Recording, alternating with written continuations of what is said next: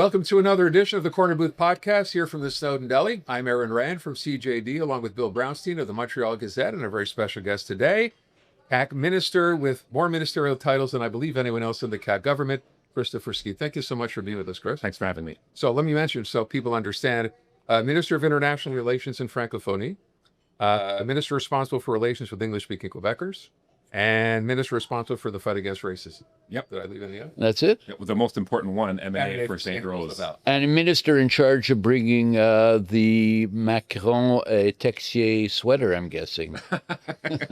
Yes, and also the Defense Bank. I'm also in charge of making sure that Montreal gets the Defense Bank. Okay. Yeah. It goes so well in France, though. Actually, it did. Did it? Yeah. I thought Macron said not really interested. Well, he doesn't want to commit. No. What happened with that was basically we wanted to highlight to Macron the importance for him that Montreal get the Defense Bank. Support Montreal. Yeah, because there's Safran, there's Thales, there's Airbus, there's a lot of French companies that have headquarters in Montreal.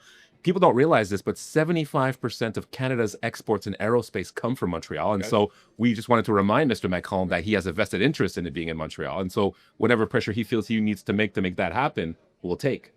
And what did he say? He was polite. Get back to you? He was polite and cordial, but I mean, what's important is getting our speaking notes and getting our points across and having as many allies as we can have. Okay, before we even begin, Yes. I just want to point out, in reading some of the comments, Bill, we've talked about this before, some people don't believe this food is real. They think we're like dressing the set. Can you just vouch for the fact that It smells real and it looks real and everything here is real, including... And it's all yours. That's right. Except you said you have an allergy to good food. No, I have my 100% of what I eat here will end up on my thighs. You were just in France? Okay. You were just in France. Yes, that too. People may not realize you accompanied Madame Fréchette to France. You must have eaten very well. And but more important, how was that trip for you? I mean, what was accomplished? Yeah, I think so. A lot was accomplished. We met with obviously the Prime Minister de Cornu. We met with President Macron. We also met with the President of the National Assembly for France. But for me, it was my first time being part of a delegation with the Premier in France. And one of the words that comes to mind is pride. There's something to be said about being in a motorcade with the Quebec flag on a hood, crossing through les Champs-Élysées, around l'Arc de Triomphe, with sirens as we're being brought to the presidential palace. I think if more Quebecers knew how Quebec punches above its weight in the international scene, they'd be, really... Or certainly in France. Especially in France, where we have full diplomatic recognition. But it's, we have 34 offices in 19 countries. Quebec is the largest federated state in the world with that big of a presence internationally. There are games that we make for Quebec companies and Quebec citizens all the time. It's really one of Quebec government's best guarded secrets, how well we do internationally and what we're able to do for our citizens internationally. It's an amazing legacy that I'm the inheritor of. How was she received? Like a head of state. She was received when we entered the presidential palace. Mr. Macron was waiting for her to greet her the way he would meet any foreign leader. And we were brought into the meeting hall where they have such meetings. It was awe-inspiring and beautiful. It was a stately discussion about commonalities and issues that we share, and some of the problems that we also share. The world has changed a lot in the last few years. And so everything that touches international relations has taken on a new meaning. And so we discussed those issues as well with all of the interlocutors. And so it was a good meeting. But most importantly, I think what people need to realize is that Madame Fréchette just became premier. Within a few short weeks, she not only met high-level U.S. representative, but she was able to meet the Prime Minister of France, the President of France, the President of the National Assembly, the Mayor of Paris. These are high-level meetings that, if it wasn't for how well regarded Quebec is internationally, these meetings are not possible on such short notice. But people shifted their agenda, made time for us. And I think that speaks to the strength of Quebec internationally. Okay, let me bring this back to this side of the ocean and talk about some of what's going on right now. We have an election coming up in October. In the meantime, you mentioned Christine Fréchette. there's clearly or has been a Fréchette effect, as the Journal de Montréal called it. Balance. We've seen the polls go up, the biggest gains going to the CAQ. But I wonder how much of that, at least in your estimation, is because François Legault left and not so much because Christine Fréchette is the new premier. Well, I would say there was definitely, I never felt it. I've always been a fan of Premier Legault, and he's a guy who gave me a lot of opportunities. So I am completely not objective about him. But what I can say is there was a feeling of, in French we say l'usure du pouvoir. He was very exposed during the pandemic. We saw him every day for 2 years. That was a difficult mandate. We've gone through, as I said, the world's changed, a supply shock for post-pandemic. We have a U.S. partner that's not very nice. We have rising inflation. I think there's a lot of issues there that contributed to his fall from grace. And I think, in the final act of leadership, he knew that he was part of the problem and left and gave an opportunity to someone else. So I think it's partly him, but I also think it's mostly Madame Fréchette. She was a person that I backed in the leadership race because I think that she was the person that Quebecers wanted to see the most. I think she represents what Quebecers mostly want now, and I think her flawless introduction to the Quebec population, I think, has contributed to that. So I think it's a bit of everything, and it's never just one thing. But of course, at the end of the day, as much as that is, and I'm not sure you agree or not, but I mean, at some point that wears off. She's had a good couple of weeks, no question about that. Bottom line is you're still running third in the polls, behind the PQ, behind the Liberals. And I wondered at the beginning when you threw your support behind her, had you been approached by the Dranville team? Was that ever a consideration for you? You're both ministers. You know him well. What were you thinking? I met with Monsieur Dranville and I met with Madame Fréchette before I made my decision. So they both knew what I wanted, where I stood. So I met them both. Okay, and now you're a young man. You're not even 50. I wonder, given the way that things are turning out now, in the event that the CAQ loses the next election, what's next for Christopher Skeete? I don't think we will lose. But if you do. But of course, this gig was always temporary. And for me, I didn't go into politics to win. I joined the CAQ in 2012 and nobody knew what it meant. Right. Lost twice. And so for me, it's not about winning or losing elections. It's about the change I'm trying to bring. And for me, the vehicle for change remains the CAQ.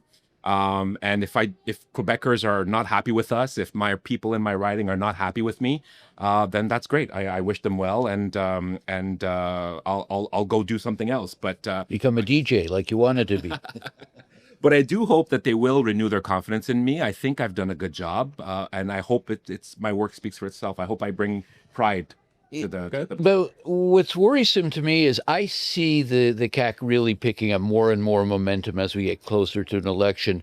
But what's worrisome to me, maybe to an awful lot of people, is that they might go to the old Legault playbook, which is you can win an election while ignoring Montreal on a certain level, certainly ignoring anglophones on a certain level. That's always been the perception. Mr. Legault was not exactly, friendly in the same sense as the other leaders have been, even the PQ, they talk to us.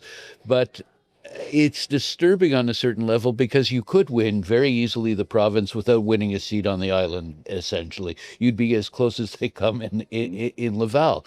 So what's the story? Why won't she speak? We had Tom Mulcair on last week, and it was basically saying that she just never speaks in English or whatever. Goes out of her way not to. Goes out of her way not to. Why wouldn't she want to come on here or anywhere else, speak to, Aaron on radio, speak to us in the newspaper? But she avoids us. So you could be our conduit here. You could speak, but why is that? Why do we get the perception that they don't need us on a certain level? They can win without us. You win without us. I wouldn't say she's ignoring you. I think there's a very, one of the reasons why we're doing so well in the polls and that people are looking at the CAQ again is because we had a very scripted scenario for the next few months. Right. And so we're following that script. I don't think it means that she's going to ignore the English community. In fact, when I reached out to people in her team in the communication side, I did tell them that the English community was eager to meet with her. Yes. And they said, okay, we'll make it happen. So I'm confident those meetings will happen. But she's been to Washington D.C. to try and protect our wallets. She's been to France to try and make sure that we're building alliances. I think English-speaking Quebecers want her to be working, and of course, we'll find the time for those meetings. Well, meanwhile, I can't even get her publicist to call me back. Okay, well, we'll fix that. Yeah, and by the way, that same applies, I'll tell you from my side, to Bill's point.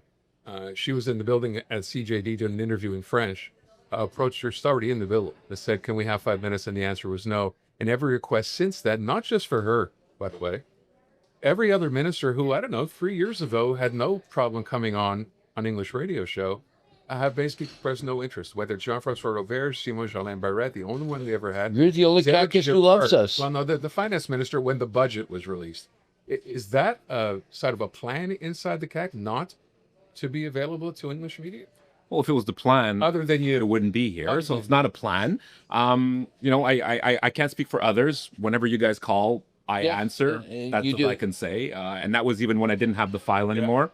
When I wasn't responsible for the English-speaking community, I still came on the shows. So I can't speak for the others. I don't know what their comm strategy is, but I do know that I've spoken with Madame Fréchette, and the intention is to reach out to the English community via the media in short order. So let me get to one other point. I'm curious what your reaction is. Whenever we talk the CAC government in general, not Christine Fréchette as premier, people point out, you know what, the cabinet minister or the cabinet is pretty much made up of mostly the same people who run François Legault's team. So the new CAC is really just the old CAC dressed up with a new leader for all intents and purposes.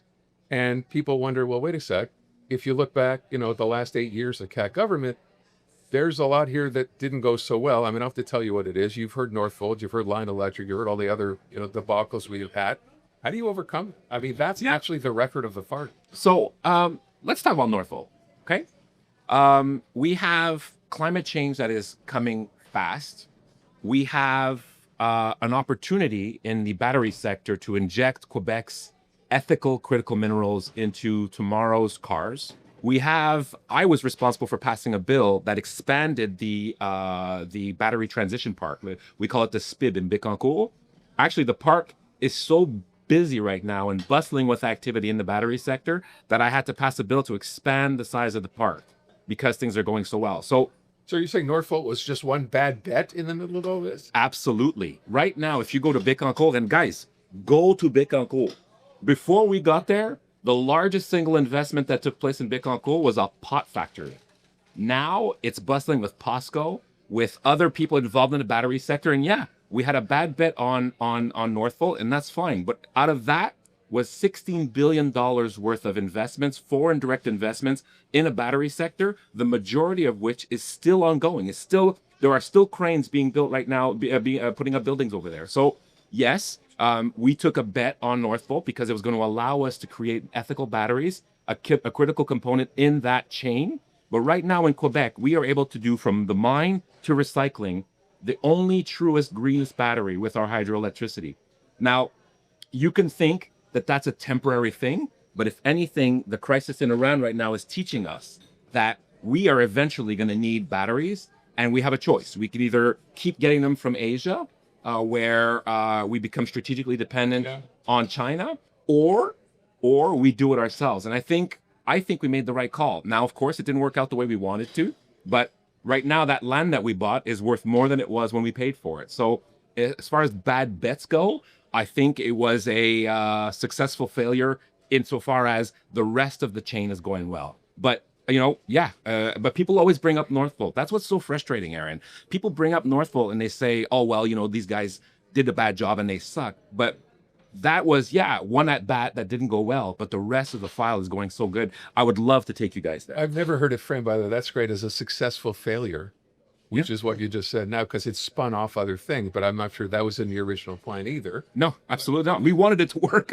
Make no mistake. We wanted it to work because it's important that we play an active role in that new economy that's coming. That new economy is going to be worth billions, and we have everything from resources to engineers to capacity to ideological alignment to be part of that transition. And so I don't see why we wouldn't be. There is a story this week, actually, I think just yesterday, and I had someone on my show talking about this. The Montreal Economic Institute released a study that shows if we went back to using our own natural resources, in this case, natural gas to begin with, we're looking at a $93 billion benefit to the economy over the next 25 years, the creation of 230,000 jobs, jobs that pay on average $150,000 a year.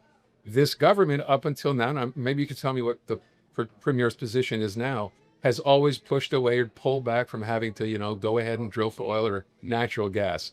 That's a lot of money at a time when Quebec could use that money. Yeah. What's the position of your government now, as far as you understand it, on whether we can move forward on this or not? Well, two things. There is no project being proposed, but the Premier has already said that she would look at any project that comes. And the other condition would be social acceptability. Listen, I'm a politician. I am a leader of people who elected me to represent them. If people don't want it, I can't jam it down their throats. And so I can have a vision. I can agree with you that the money's worthwhile, that the world has changed, that we have a moral responsibility to help our European allies free themselves from Russian gas. I can think all that. But if people say, I don't want it, then there's limits to what I can do. And especially politicians who right now, used car salesmen poll better than politicians. And so how am I able to effect the change that our society needs when confidence is at its lowest, when people don't believe us, when they don't realize the menace that we're all collectively facing in this changing world, and the opportunities that we have to seize in order to get there? It's very frustrating. Why don't you think that people see this? They do. First of all, there was a poll out last December that shows for the first time in a while, more Quebecers support the idea, a majority, than who oppose the idea of going ahead and getting our own natural resources out of the ground. So there is public acceptance. Why not use that and push this forward? So you're right that the needle's moving. I don't think that social acceptability is there. And as I said before, there isn't a concrete project for me to look at right now. But what I would say is everyone agrees till it's in their city. Everyone agrees that it's a great idea until it affects them, or until they see a park that they like going to that needs to be drilled or think. So it's a very complex thing. And all of Western society is facing this issue. We have monumental challenges. We have states that have not been modernized, that need to be modernized in order to keep us safe and to keep us relevant. And our ability to affect that change is oftentimes limited. And so it's very frustrating. It's an amazing opportunity, but it's very frustrating that sometimes... But it's worth pushing. Absolutely. It's worth pushing for, insofar as there are actual projects on the ground that we can look at and actually analyze. And the other one is people have to follow us. Okay. The Corner Booth podcast is brought to you in part by the Snowden Delicatessen, where we are. 75 years in business, the home of Montreal's greatest smoked meat, plus carnotzel, potato latkes, and the famous Snowden Deli party sandwiches. That's the Snowden Delicatessen. It's very interesting that you are on this progressive bandwagon, wanting to bring more to the province and all the rest. And I think that's like very, very interesting, important, and all the rest. But at the same time, the CAQ government has, let's say, with international students, you're very well aware, we're being very difficult on not just Anglos, Francos too, coming, people that could help us like long term. I'm not talking immigration on a certain level in terms of like manual labor is one thing, on another level with students and all. When this all came down, like when they were trying to curb the English universities, not just the Université de Montréal, the same thing. Why can't we deal on that level and understand the same thing you're promoting in terms of economies? So that is a very complex question. We can. What is it you want me to answer? Do you want me to answer on students? Do you want me to answer on immigration in general? Both. Okay. Over the last 2 years, Quebec has received 45% of all refugee claims in Canada. Right. The net effect of that is about 200,000 new people at our door, many of which don't have skills and don't speak French. Okay. At the same time, they want to learn, and that's a whole other can of worms. At the same time, we've never offered more courses. The average number of people that we used to train in French was about 26,000. Last year, it was 75,000, and we ran out of money because there was not enough room and not enough classrooms to open up for the people who wanted to get the French. So we've actually tripled our capacity, and we still don't have the ability to train everybody because there's just too many. Right. Another issue that we had was the number of temporary workers in Quebec. The number of temporary workers combined was about 650,000, including the refugees. So about 400,000 on top of the 200,000 people that we got. What that means in terms of impact on Quebec society, it means about a third of the teacher shortage is caused by the fact that we have all these new people to educate. About half of the doctor shortage is caused by that. And the inflation that we're seeing in apartments is caused because of the fact that we are out of inventory for the apartments. The reality is just the children of those people, they represent about 45,000 classroom spaces. On any good mandate, in any time in the past 20 years, Quebec builds about 20 schools per government mandate every 4 years. We've built 100 since we've been there, since 2018, and we still don't have enough schools to house these people, to educate these people who have a right to education. So when the Quebec government talks about capacité d'intégration, capacité d'accueil, capacity to welcome people properly, this is what we mean. But of course, the current climate of division means that when you speak about that, people assume you're being racist or you're anti-immigrant. The reality is we just don't have the means and the ability to absorb that many people at once. And so we have two choices. We either keep going or we try to control the immigration that we have in order to make sure that we don't put pressure on houses, wages, inflation on houses and apartments, which is what people are screaming about. People can't afford to buy bread and buy milk and to house themselves because of the pressure that these people are putting on the inventory. At some point, we have to be able to have a rational conversation about immigration, especially the capacity of our society to integrate these people into a new language. And I would say that as minister responsible for the fight against racism, nothing hurts the cause of integration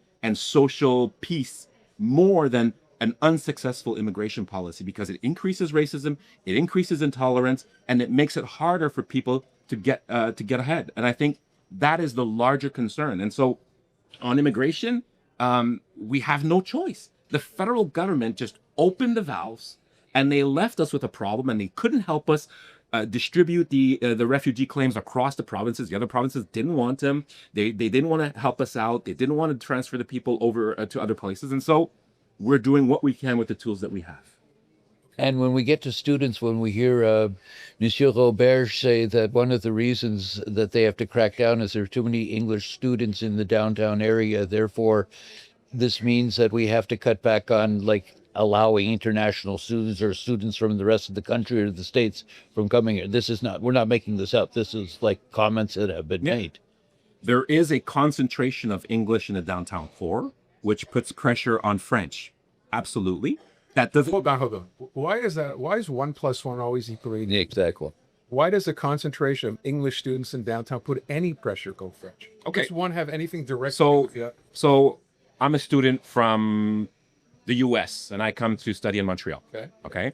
I think it's a great opportunity for me because I get to be immersed in a new culture and I probably get to pick up a little bit of French. Okay. I have a student working visa, which allows me to go work at my local, Second Cup or Café Dépôt. That person is serving other people like them. And so in the job application, it's going to say must be bilingual, right?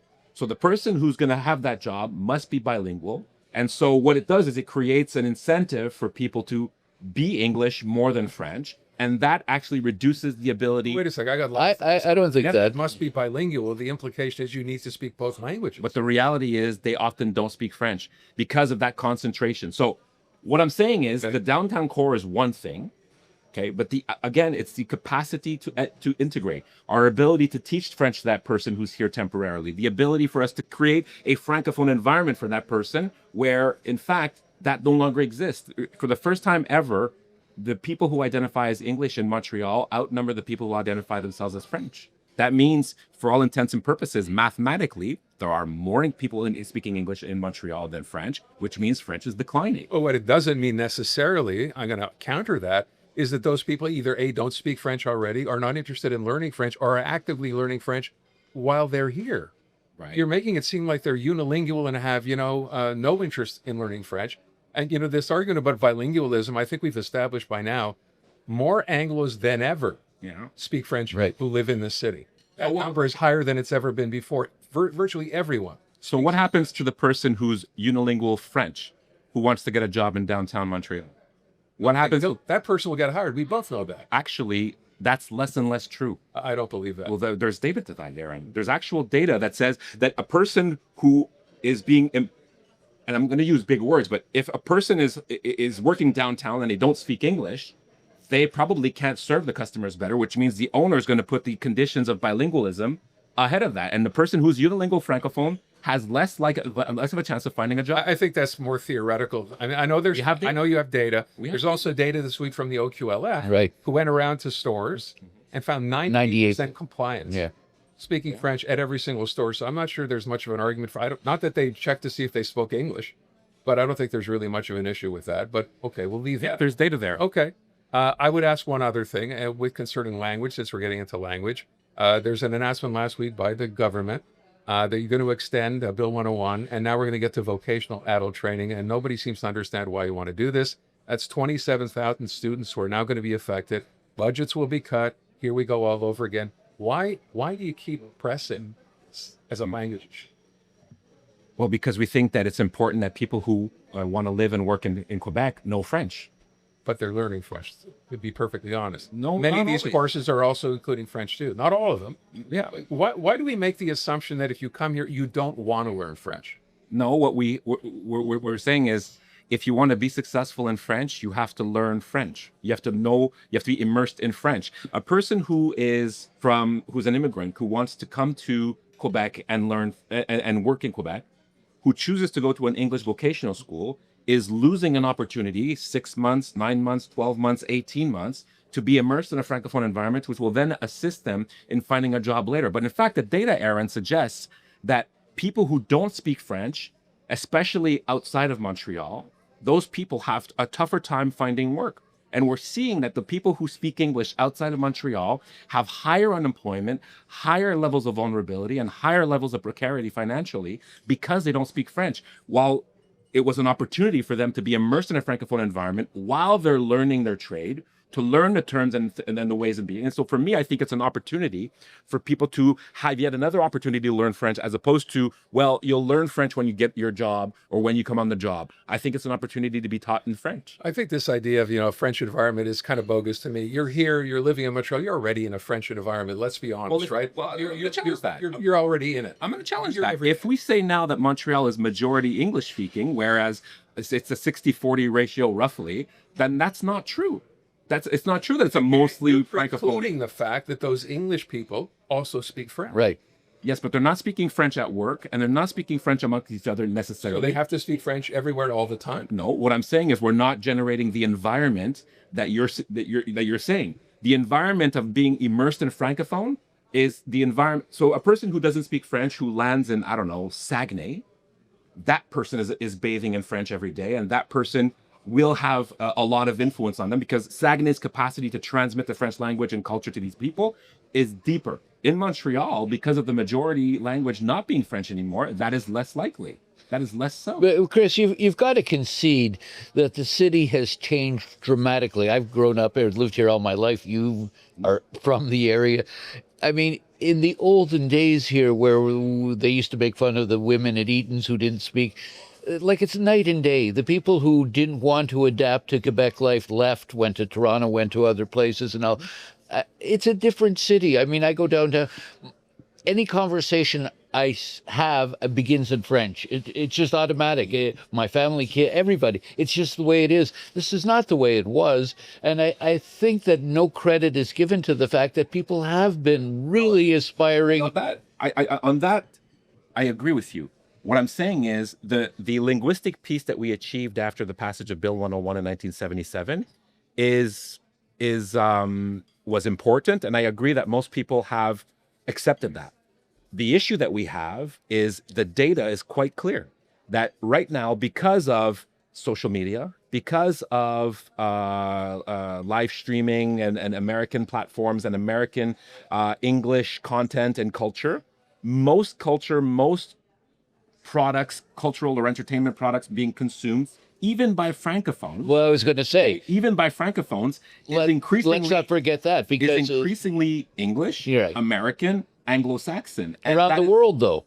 Yeah, absolutely. Which is why, in my role in Francophonie and internationally, we're working on to move the needle on that. But make no mistake that this is a problem insofar as, because we are 9 million in a sea of North American English, French will always be under pressure, culturally, and with these new technologies more so. And so the ball's moved. We have to look at the data and the trends, and the data and the trends is telling us that we are back to pre-1977 in terms of the risk that in 2 generations we won't speak French in Quebec anymore.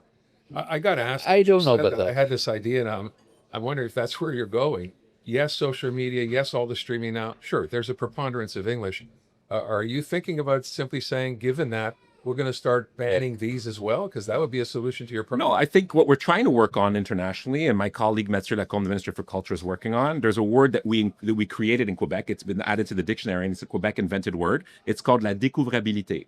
What that means basically is it means that content in our local jurisdiction, like in Quebec, we should be offered the opportunity to consume local content. Much like what the CRTC did 50 years ago with the CBC and whatnot, saying you're going to produce Canadian content, Quebec content, and you're going to show it to people. Now what we're trying to say is these large platforms have an obligation to present people with new content from their culture. The Japanese, the South Koreans, even people in Europe, they all like this idea because everyone feels this large, hegemonic, American-centric culture being imposed upon us.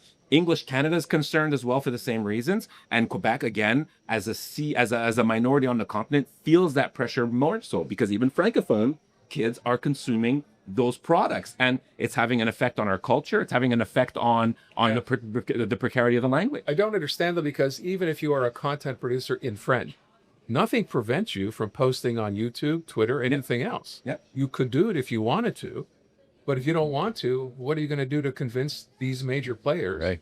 Yeah. Well, there are a lot of Push them to. So people don't realize this, but about 10 to 12% of the content on TV5 Monde, which is like basically like the CBC of the Francophonie. Okay. Is produced in Canada, and the majority of that is produced in Quebec. So we actually create a lot of content in Quebec. The problem is increasingly, and we saw it with the cuts at TVA recently, increasingly, we're not consuming it. Our youth is not given access to Chris, it. that's a choice people make. No, so on a certain level, I agree with you.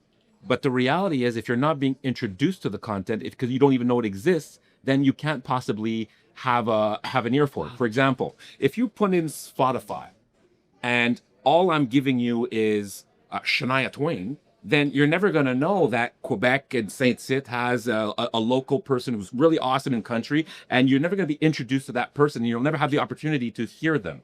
So what we're saying is, listen to your Shania Twain, but we think these content providers have an obligation to present some local content as well. And we're not the only ones who think this. The French think this, the Belgians think this, the Koreans think this, the Japanese think this, and the Brazilians think this. Why? Because everyone feels the amazing cultural power that the Americans have, and the impact it's having on our culture and our way of thinking and our way of being.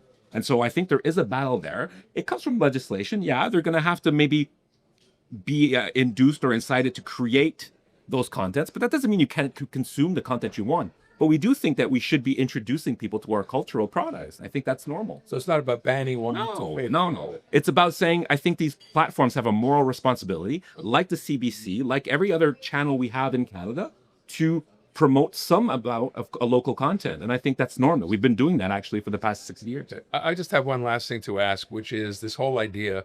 I was talking to Frédéric Lapointe the other day from Mouvement National Québécois, right? Because he has reached out. He's a good guy. To talk to, English communities, to talk to your talk, etc. And I've asked the same question with respect to that. Do you understand why Anglos here, when I say here, I mean for primarily Montreal, feel like this whole idea of what the Premier used to always say, promoting and protecting the French language, like boilerplate, everything you do is to promote and protect the French language. But it all feels like a zero-sum game because everything the party has done basically affects English. Yeah. It's let's do something in French, which takes away something in English. People feel that way here, and I think the part that I don't understand is, and I'm not sure if this is just your government or French people in general, there's no opposition to French. As an Anglo, we are happy to speak French. We're happy that this is a French-speaking province. But then we look at some of the things that governments do taking away an English right to promote a French right and don't understand why. Why does it always seem like there's some game? I would say we haven't taken away any English rights. The historic Anglophone community we've gone out of our way to protect the Anglo community from any legislation that touches with French. So you just made it as difficult as you can to get those services in English. No. We've made it very clear that the historic Anglophone community is always out of scope on language issues. Where I think we have a disagreement is some people think that a person born in Australia who moves to Quebec is an Anglophone. We think that person's an immigrant. And in Quebec, since 1977, we teach French to immigrants.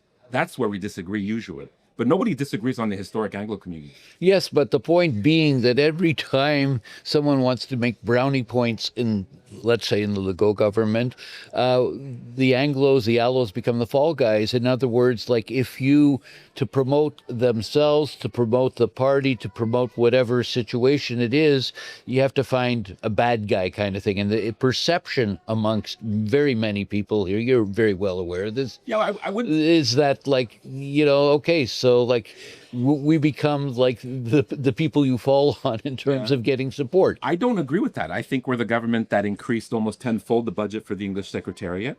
I think we're the government that actually put into Talking perception. No, I agree. The perception is not good. I agree. But in reality, I feel as though we've done a lot to protect the historic English community. I think when you say it's a zero-sum game, Aaron, I think from my perspective, I think that's a perception issue. I think people feel that the Quebec government doesn't always have the bilingual Canadian version of what Canada should look like. But, Quebec is a unilingual province. It's one of 9 unilingual provinces in Canada.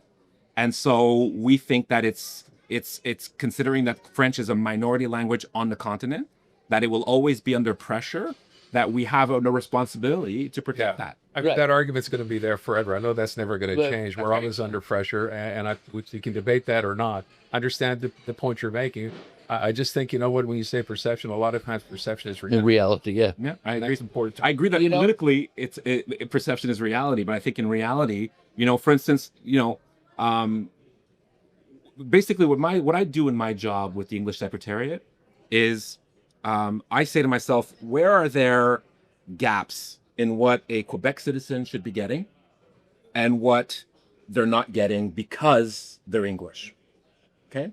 So there's what we want as an outcome, and then there's what you get because you're English. And so what I do in the Secretariat is I focus on that. A recent example is the patient navigator that we announced with CHSSN.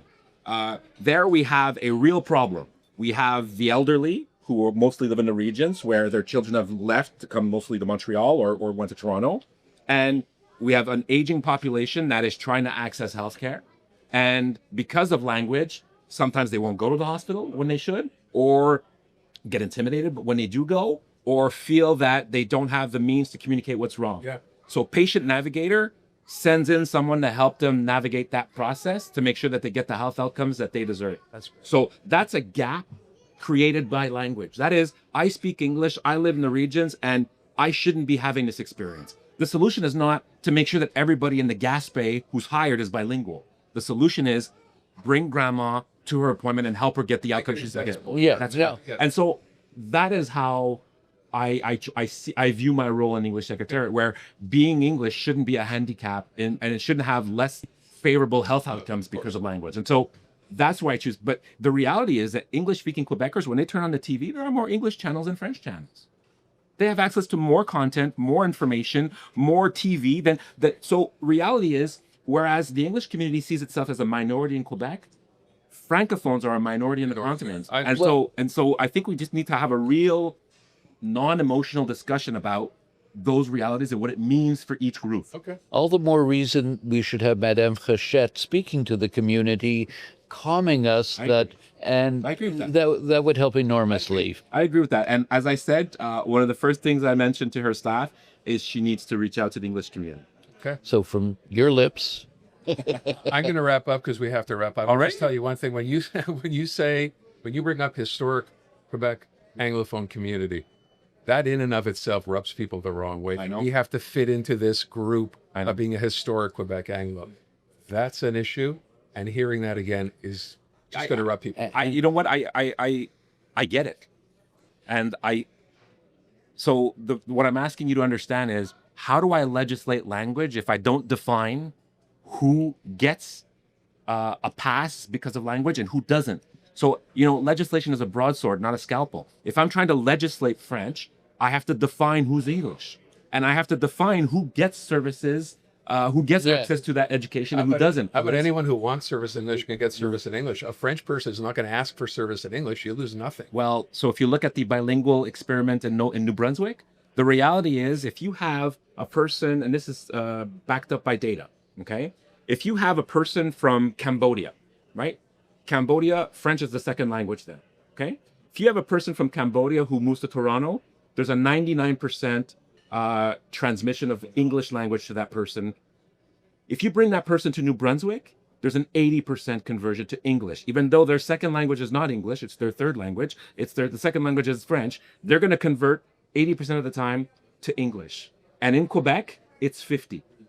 And so that tells you that French is always going to be vulnerable. And even with the laws that we have in Quebec, we still have difficulty creating francophones out of people who are more francophone than not. Yeah, no, the problem with it, Aaron points out a very interesting fact here, is like too often in the Franco community, historic is become synonymous with hysterical.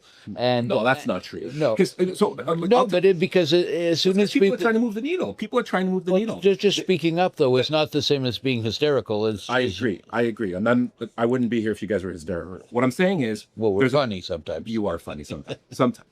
But what I would say is, there's a difference. So again, if I have to define who has access to English education and who has access to English documentation and who has access to English healthcare, I have to define what that is. The issue is, and we spoke a little bit about it before, is that people are trying to move the needle. They're trying to say, well, yeah, we recognize that the English community here should have access, but, my father's from Australia, or my father's from New Zealand. Well, they speak English there, so they should be a member of the English community. We're saying, well, if we do that, a lot of people become English, and everything that we're trying to do sort of loses its gun. I'm not going to fully buy you, but listen, first of all, I want to just say, I sincerely appreciate you being here. And your candor, Chris. And also the fact that, as we said, it's not been easy to access members of the CAC, so thank you. You're the only one. I'll always come. And we hope to have you back here another time. I wish you good luck. Thank you. Thank you. All right. Thanks, Chris. That's going to wrap up. Oh, by the way, you get to take home whatever you want. Sweet. Just say. Right, which is why you were here. Well, this is why I said yes. That wraps up another edition of the Corner Booth Podcast. We'll see you again soon. Thank you.